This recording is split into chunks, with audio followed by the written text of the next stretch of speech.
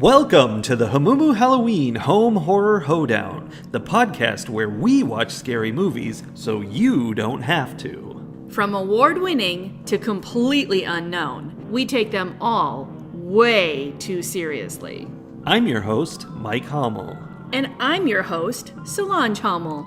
Now, warning, we use a ghoulish number of spoilers, so watch the movies first. Second warning, we don't know anything about anything, so don't take us seriously as we take these movies seriously. We have watched two excellent films in a row, and so we thought, it's time to see something bad, so immediately I said, let's open up Tubi. Gotta go to Tubi when you're looking for those ridiculous horror movies. Yes, we passed up so many versions of sharks. They were ghosts, they were in the sand, they were everywhere, and we went straight for the real terror of the beach. The sand. From 2015, not 2014. My immediate thought before we saw the movie was, how can this be a movie? Well, let me tell you that the premise it said was that the sand eats anybody who gets on it. And I'm like, okay, fine, that's scary, but either you're on the sand and you're dead, or you're off the sand and you're fine. So what's the story? Yes. And it turns out I was right. Well, I mean, it was less a story about them fighting the sand and more a story about survival while being stranded. Or maybe more a story about two girls fighting over a guy. I mean, there was that too. It actually, like, in this moment, this didn't happen while I was watching the movie, but in this moment, I'm realizing that it basically has a very similar premise to Stephen King's book, Gerald's Game, where a woman is handcuffed to the bedpost and then her husband has a heart attack while they're like off in the woods in a cabin somewhere where nobody knows where she is. Yeah. Here's the thing. The thing. You say that, but a different Stephen King came to mind for me yesterday. The Raft is almost identical to this movie. Story of a bunch of teenagers partying out on a little mini dock out in the middle of the lake, which is surrounded by an evil oil slick that eats people. I do not remember this. Was it a short story? Yeah. I do not remember this story. Oh, yeah. But it's been made into a movie, I think. Lake Placid. No, that's about an alligator. They were stuck on a raft out in the middle of the lake, right? Weren't they? I don't know. I don't remember. Maybe I'm thinking of a completely different movie. There was definitely a movie that we watched for this podcast probably years ago where they were stuck on one of those little floating, like, out in the middle of the lake docks. And there was something in the water that would, like, eat them anytime they tried to escape. Maybe that was this Stephen King story. It might be. It was, what if you were trapped and you couldn't get out from where you were? I want to point out, though, when you gave this synopsis, you said the sand would eat anyone that got on it. Yeah. The description actually said the sand ate anything with a heartbeat that got on it. And I would like our listeners to remember that. Yeah. For later. But I want to say the movie never told us that. That was just some marketing guy writing some copy who didn't know what he was talking about. Or maybe he knows way more than we do about the meatpacking industry. That's upsetting. So as we sat down to record this podcast, you told me that you have been thinking on this movie at length since we watched it yesterday. Yeah. This was a thinker for you? It was last night when I was going to bed. I was like, how am I going to discuss this movie? Because it is very unique. On the surface, you've already guessed from what we've told you, this is a movie about teenagers partying on the beach and getting murdered. Like, yes, very classic. But it is not the fun romp that implies. No. It's deadly serious. Everybody takes it so seriously that even there's a point where a lifeguard shows up and I guess he's supposed to be saving them, but he It's not. Oh, he's not a lifeguard. He's beach patrol. Sure. I know they don't like to be mixed up at all. I'm sure he would not have tried to save them if they were in the water. No. I would say he's meant to be the comic relief. He says a lot of things that are legitimately jokes, and some of them are funny, but he says them so angrily and so aggressively that it's not funny at all. So here are the notes that I wrote down during the beach patrol scene. Does the beach patrol guy have a different script than the rest of them? Yeah. And then I said, does he have a script? Because what it really ended up feeling like was that they didn't tell him like what was going on in the plot of this movie. Yeah. They were just like, you know what? You just show up. These college kids aren't supposed to be here. Your job is to get rid of them. You think they might be on drugs. Okay, if his job is to get rid of them, why didn't he get that girl out of the trunk? Or the guy out of the Trash can. Like, I don't know. Like, he was ad-libbing. It felt like he was ad-libbing. Probably true. A very angry, like, I hate college kids. Yeah. I assume they're all on drugs and treat them like trash kind of a guy. It was so bizarre. I thought it was really funny that he basically spent the first half of his whole experience there trying to figure out which drug they were on. He's like, so is that Molly? And Who's holding Molly? And now the way you're acting makes me think it's GHB. Like, this is PCP. This is definitely PCP. It's a very interesting theory. And here's the thing. I grew up in rural Minnesota. My family is closely connected to like the medical community. Oh, you're in connected. We're connected, baby. In our small rural Minnesota community. I know of a lot of very conservative people who serve in the role of like emergency services. Uh-huh. And even though those same people have like certain belief systems around people who use drugs and, who are hanging out on the beach alone all night long. And, they would have these same thoughts that this guy might have if they had shown up and found college students trapped on various things. One of them stuck in a trash can, bleeding. One of them with her fingers literally pinned in a closed trunk of a car. Yeah, being crushed. Like, this was a crisis situation. They would have solved the problems first, saved the people, and then been like, hey, guys, so what are we taking? Yeah. And now some of you are going to jail or whatever. Like, there's priorities. When he went over to the girl who was trapped in the trunk, her fingers were smashed down in the trunk, and he's just staring at them going, yeah, those are really in there. Right. And he just walks the away. The keys are in the trunk. Yeah. All he had to do was turn them and pop it open. And we should point out that, yes, the sand does eat anyone who goes on it, but the beach patrol guy was safe because he was wearing boots. Yes. And this brings us to what, for me, is the most important conversation around this movie. Oh, yeah. We need to have an important conversation about this. He showed up halfway through. Mm-hmm. The test of what is impacted by the sand and how is such a simple one. When the defining factor is it alive? Is it not alive? Well, then we come to the hot dog. Why did the sand eat the hot dogs? Because it eats meat. It doesn't eat living. Ah, okay.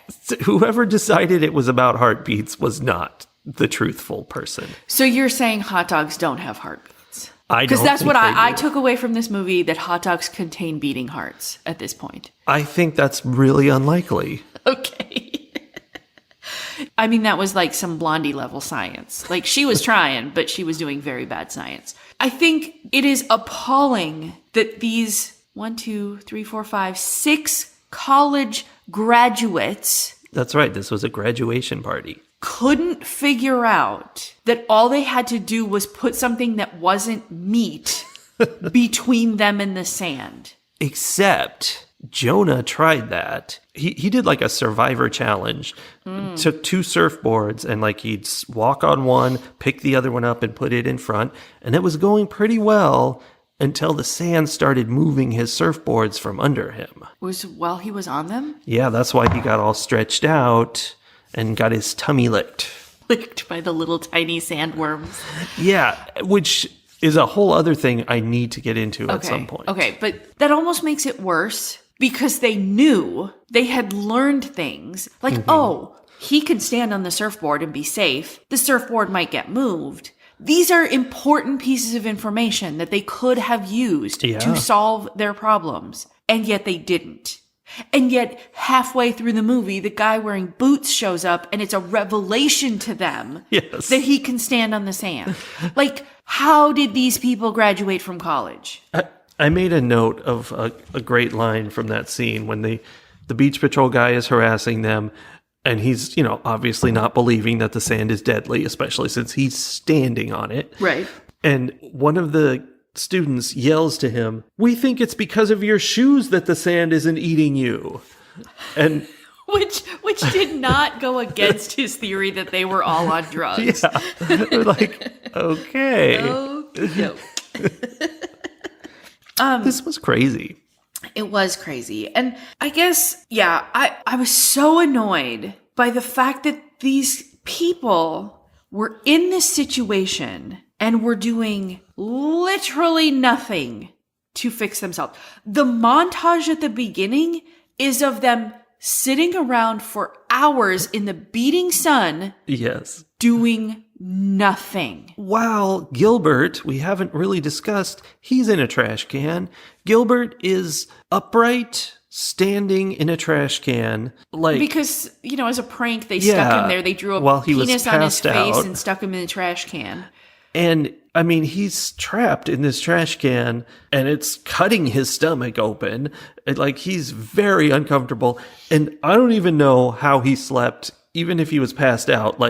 You would be awake. Your body would be hurting and breaking. And he's out there in the middle of the hot sun, just baking and being broken, and they're all napping in the car. And saying nothing. The only times he ever interacts with them is when every once in a while they'll remember he exists and be like, "You okay, Gilbert?" And he responds with the same profanity each time. Yes, because he's not okay. No, he's not okay. And that's a dumb question. He's basically like, "F you, I'm dying over here." Every time. That's the only line he has, and he just says it over and over again. Now, let's get into something from the beginning of the movie. You say they forget Gilbert's over there.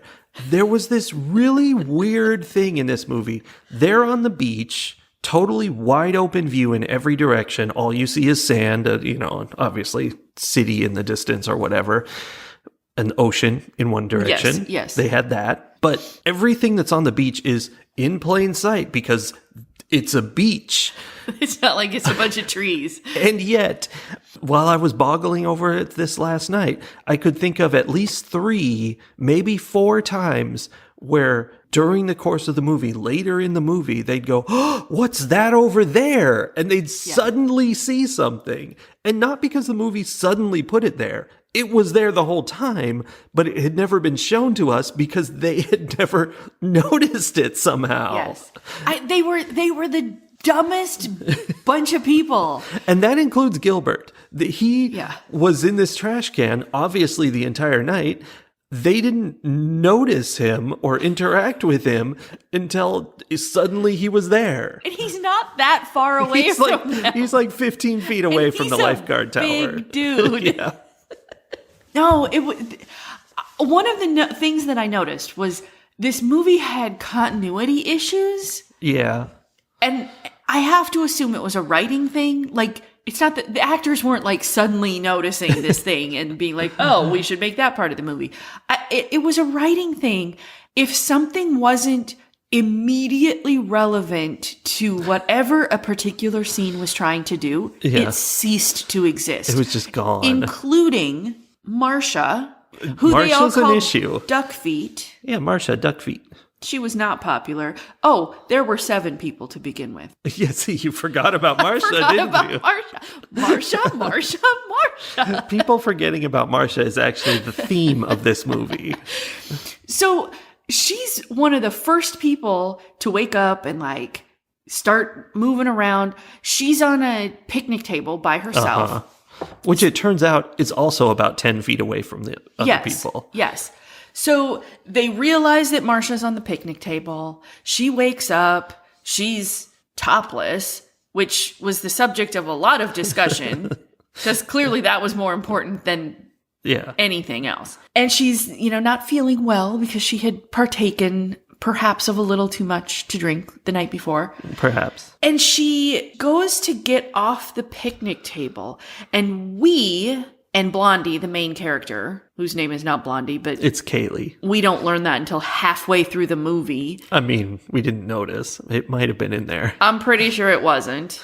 Anyway, we as the watchers and Kaylee as the main character are the only people who have any inkling that there's a problem with the sand.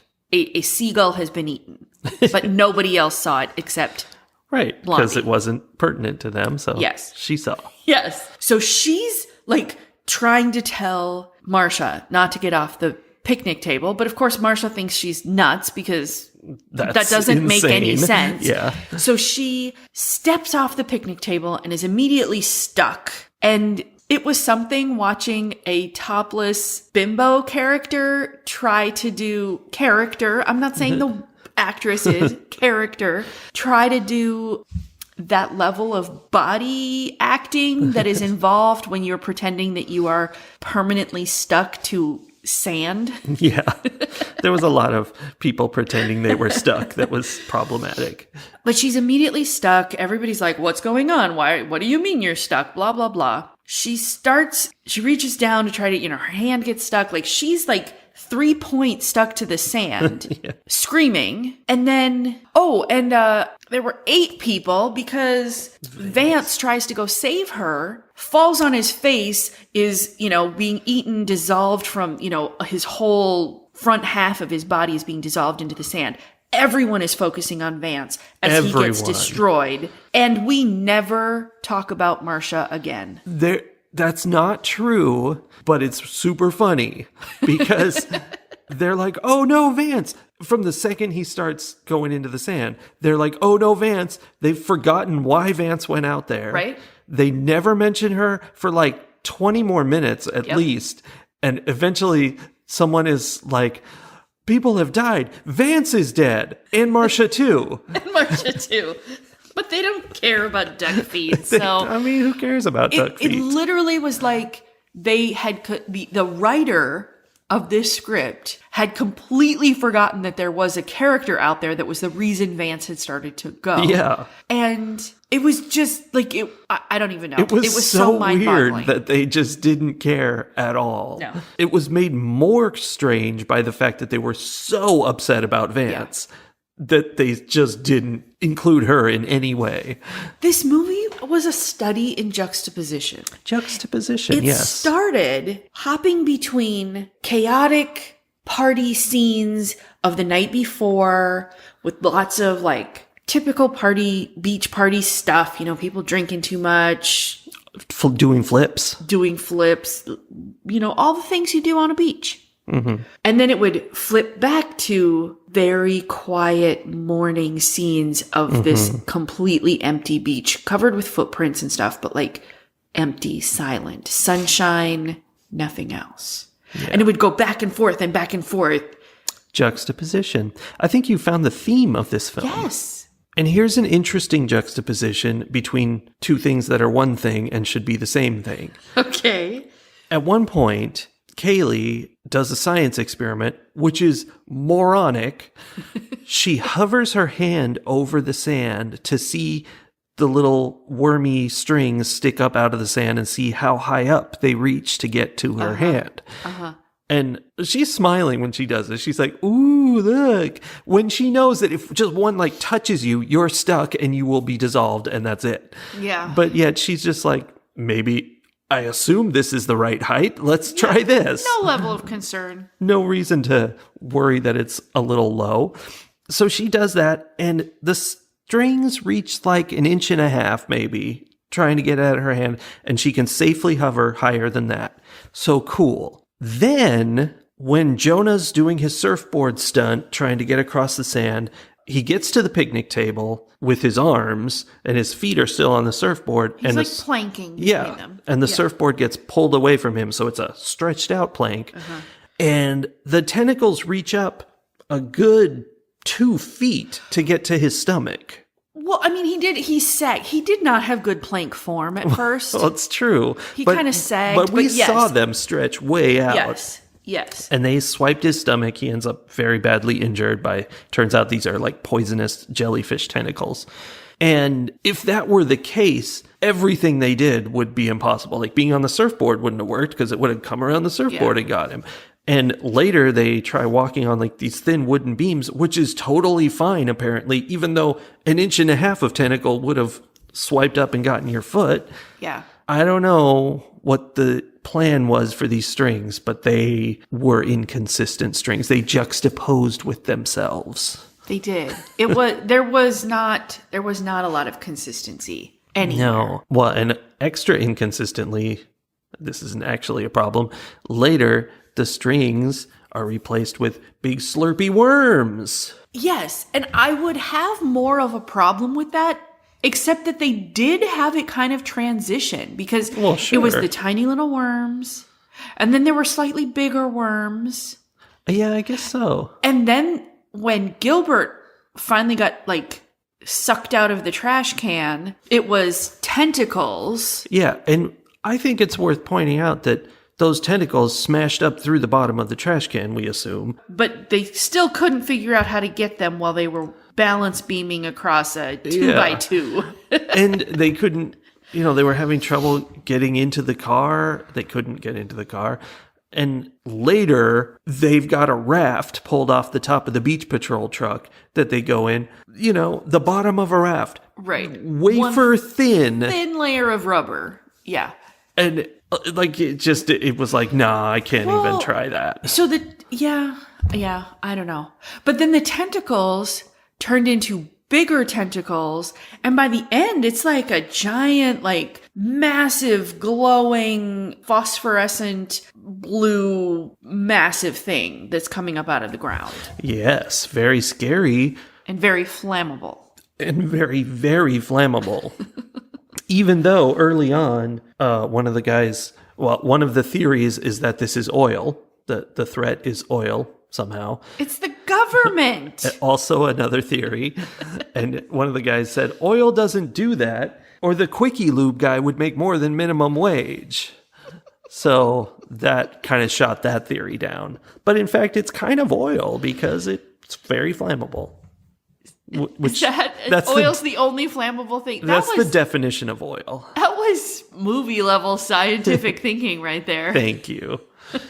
Because actually one of my thoughts on this movie as we were watching it was like, it feels like 50s sci-fi. Mm-hmm. It's in that all the characters are super serious about it. Like they're deadpan, deadly serious about what's going on, while at the same time it's silly what's going on.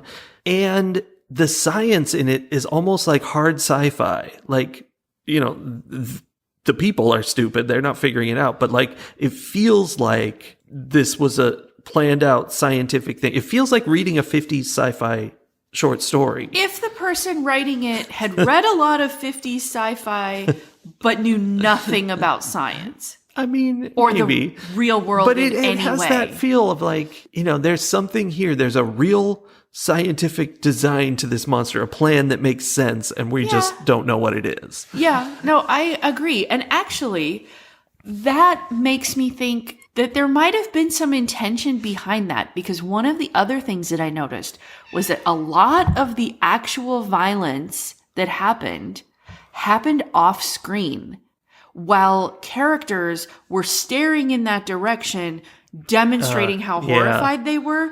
And I even made the note, I'm like, this is some like Hitchcock style horror where you don't actually see the bad thing, it's just strongly suggested. Yeah, like how Marcia died and no one even looked that way or cared. Right.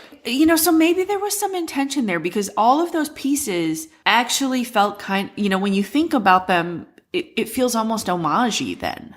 Yeah, I could see that. Also, one of the hot dogs they threw to measure the distance of this creature Which their theory was, let's see how big it is, and they never considered that it could move, which Right. I think they were right. It didn't seem to move. It just was really big. Except at the end, it just up and left and decided to swim off to a different Yes, city. it seemed like they had killed it, but in fact, it swam away. But point is, one of the hot dogs they threw got caught by a seagull mid-throw, which was very comedic. That was hilarious.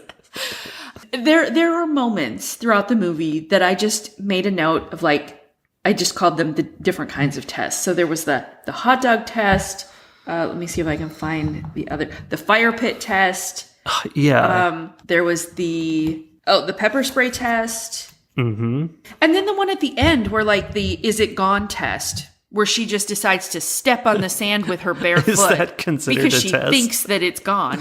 Yeah. I mean, she did it in kind of a test kind of way. She was like, I think it's gone. And then she, like, reached her foot out and put it down on the sand. That was emotion. That was her being traumatized. Is stupid an emotion?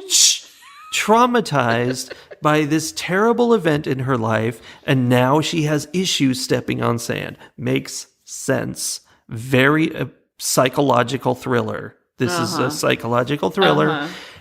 And also, the surfer guy was standing on the sand right there in bare feet. So she knew, I know. intellectually, she knew it was safe. But could she Emotionally. bring herself to step on sand again? Okay. And this was a breakthrough moment where she did, in fact, step on the sand. Okay. It was tough. Also, it was funny because her boyfriend died in the car. Oh, that's hilarious. It is. It's really funny. He died in the car that night. It was so glossed over that I wasn't actually sure he was dead. Like she was like holding his hand, and she was like, "Oh, Wait, okay." She and the girl he left her for, Yes. or cheated on her with, I couldn't quite figure out 'cause what was going on there. Yeah, they reconnected. They were both huddled together, both holding his hand. Yeah, and we're like, okay, are they just like, Are they being supportive of him as he's in his suffering? Yeah, or is he just dead? And it turns out he was dead, I think. Right? Because the only thing we know is that the surfer dude watches them leave and then looks into the car. And again, like in a Hitchcock moment, has this like look of horror on his face. Yeah. And I'm like, That what's reminds happening? me when the beach patrol guy came across Jonah laying on the picnic table after having his tummy licked by the jellyfish things. He looks at the tummy lick injury, which is like his stomach's all bubbly up and it's, red and burned. And he's like, ooh, pus, that's the most gross thing ever. And walks away. Right? But I want to go back to the hot dog test. Oh, So there were all of absolutely. these very scientific tests. Uh-huh. Going back to the hot dog test, because I feel like we have to describe it so that our dear listeners will just be able to enjoy it the way we enjoyed it. Blondie and her beach party hookup, or not hookup, I don't know. They said there was no hookup. The nerd guy who's in love with her, but that she, doesn't have the time of day for. During the part where Jonah was standing on a surfboard, totally at risk of death, he stopped to have a angry conversation with hookup guy, accusing him of hooking up, and we clarified there was no hookup. Right. And he's mad because he thinks that she hooked up, even though he knows he hooked up with the other girl. Whatever. Okay. Dude. A lot of deserved drama to be going licked on by worms. that was way more important than the worms. So Blondie and her not beach hookup are on a lifeguard stand. That's why they survived. Mm-hmm. She finds hot dogs. Why are there hot dogs in a drawer in the hot dog stand? Or in the... There's always hot dogs in the hot dog stand. Why are there hot dogs in a drawer in the lifeguard stand? I don't know. Why are they in good shape? I don't know. She finds hot dogs. She decides, in her infinite scientific wisdom, She was the scientist of the group. to use them to test how far the monster reaches. Mm-hmm. She does this by flinging it off in a random direction. You say it's random, and I would agree that the first one was random, but all the other ones were in the exact same direction, so they weren't random at all. Wait, except the last one. Except the last one. Which was in the opposite direction, which was toward the sand dunes. Okay, so she flings the hot dog, gets sucked into the ground. She flings another hot dog, gets sucked into the ground. Not hookup, flings a third hot dog, it gets eaten by a seagull. Yeah. Best part of the movie. Yeah. Fourth hot dog gets flung in the opposite direction, doesn't get sucked into the ground. Ta-da!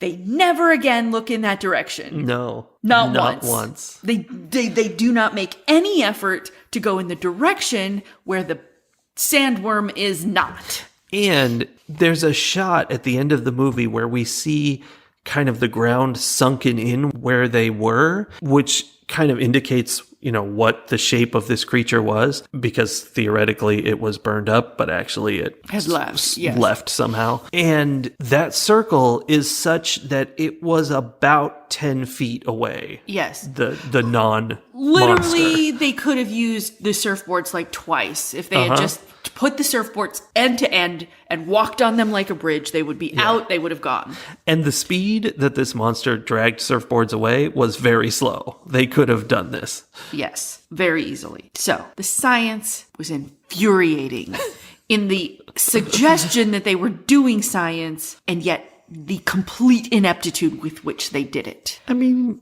none of them had science degrees, maybe. We don't know what their degrees were. I guarantee one of them at least had some kind of science degree. Hot dog science, though? Oh, maybe not the hot dog science. A very specific science. Yeah, they don't know hot dog science. It's not fair to expect them to. The other example of them just having the most aggressive ineptitude and helplessness is that we have the climax of the movie where she takes the match that she had stuck in her pocket way back earlier, which of course, it zoomed in on her putting it in her pocket. And I was like, gee, I wonder if that's going to come into play later. She gets the matches out. She flicks the match at the tentacle coming at her. Not at her, like over her. It's like towering, waving over her. Not trying to do anything anymore. Once it got big, it was like, I'm saying giant. Hi. She flings the match at this tentacle, which immediately goes from not on fire to completely on fire. Juxtaposition. Yes. Burns up, it's gone, they do nothing. She and the girl who slept with her boyfriend and her Schrodinger's boyfriend, who may or may not be dead at that moment. No, he is both dead and alive. Yes. They're in the beach patrol vehicle. They just stay there all night. They do nothing more. They're tired from all the monster fighting. They just wait. They're awake the whole night. Oh, are they? Holding his hand. The whole night until Surfer Dude comes up and knocks on the window and is like, you guys all right? Like, what's happening here?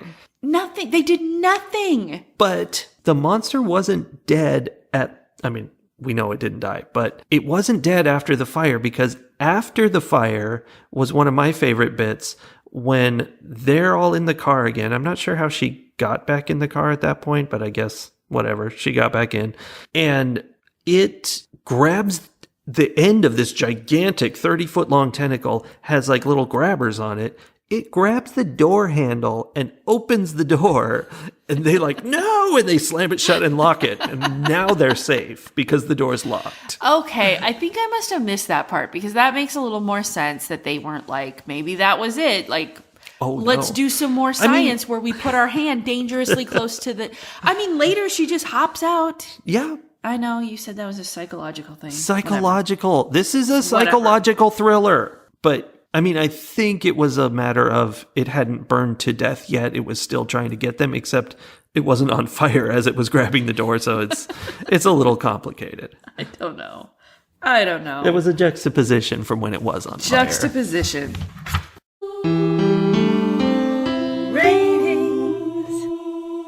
I was really confused about how to rate this. That's why I was up so late last night pondering the juxtapositions of this film. And now that we've had our discussion, as always, that has really helped crystallize the matter in my mind. And I think it's tough because from what we've said, you're probably thinking, oh, this is so bad it's good. This is a hilarious movie. And it's not really. It's not that funny, except when the seagull eats the hot dog. That was awesome. It's more like watching a 50s sci-fi movie, really. Yeah. Like, kind of plotting, and a lot of it is like really boring because they're trapped on the beach and they're just sitting there like, eh. But it's also like more high quality than you would expect. It's like almost decent but not really. I don't know. It's hard to say. It doesn't feel like a sci-fi original kind of film like you'd think it would. Overall, though, my rating for this film is 2 bags of confiscated cell phones out of 5. 2. Okay. I wouldn't say it was great, but I did kind of enjoy watching it. Yeah. When you say it wasn't funny, I agree with you. And I think most people would agree with you. I, and many of the people that I know, have really problematic senses of humor. Yeah. In the sense that we think things are funny that other people think are very upsetting. I think I maybe found this movie funnier than you did. I found it funny, Yeah. but not the way I expected. Yeah, yeah. And it had moments of insanely boring times. There were so many montages of them doing nothing at all. Yeah. That was It was a dumb idea. Right? I think it was we're trying to show time passing, but I'm just have the sun move or something. We don't need to see 2 full minutes where you pan from person to person to person showing them do nothing over and over and over again. I didn't need to see that. It was uncomfortable every time they'd cut to Gilbert, and I'm like, oh, he looks like he's in a lot of pain. Yes. So good acting there. F you, I'm dying over here. So it was funnier than maybe you would think. I thought it was funnier in the funnier parts, but then it had these parts that were so not funny.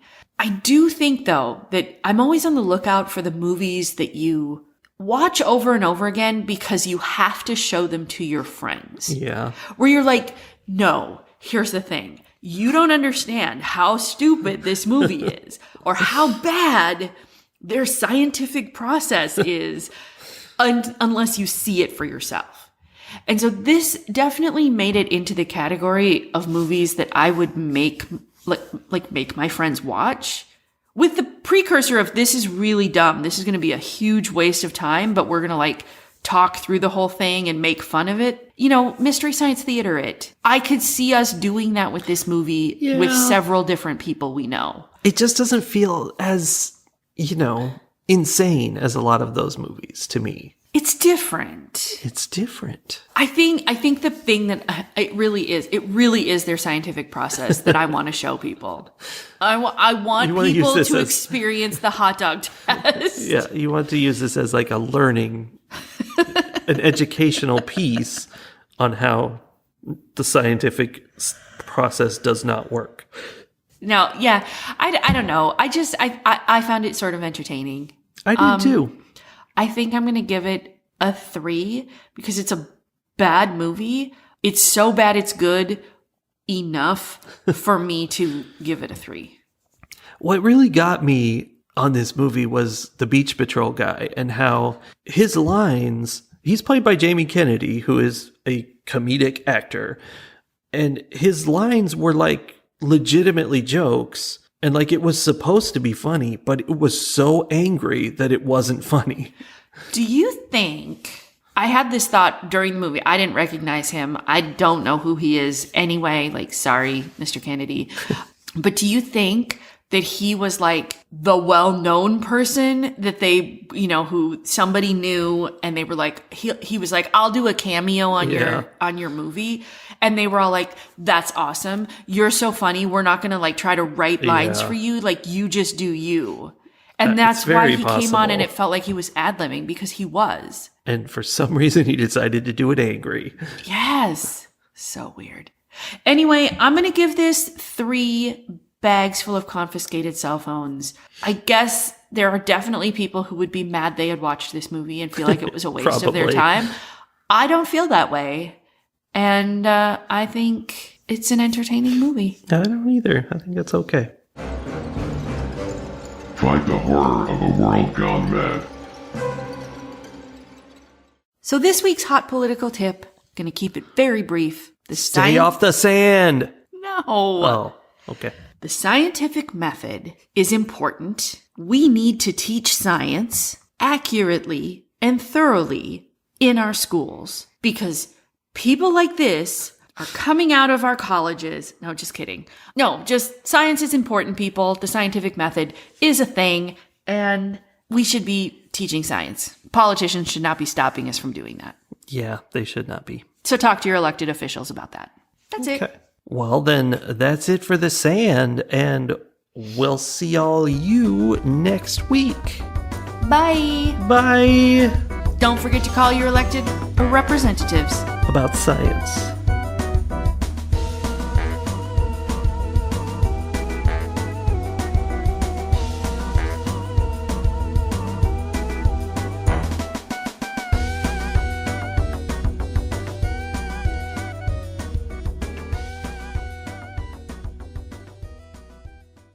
Hey! Hey! Hey. Cheese!